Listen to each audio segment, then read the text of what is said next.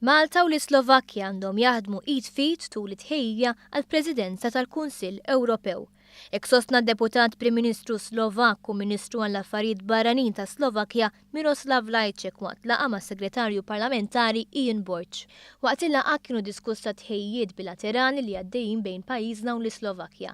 Flimkien mal-Olanda, 3 pajjiżi se jkollhom il-Presidenza tal-Kunsill Ewropew għal 6 xhur kull wieħed bejn l-2016 u l-2017. Lajčák qal li relazzjoni ta' bejn Malta u l-Slovakkja qed tissaħħaħ u għalhekk esprima x-xewqa li jkun hemm membru tal-kontingent Malti li jieħu sehem fit-tmexxija tal-Presidenza fl-Slovakkja f'Ġunju 2016.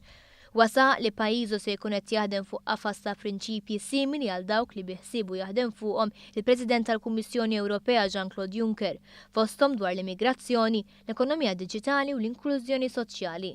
Min-naħa tiegħu is-Segretarju Parlamentari għall-Presidenza tal-Unjoni Ewropea u Fondi Ewropej Ian Borch ħabbar li nfetħu l-applikazzjonijiet ta' Senior Policy Officers fi Brussell.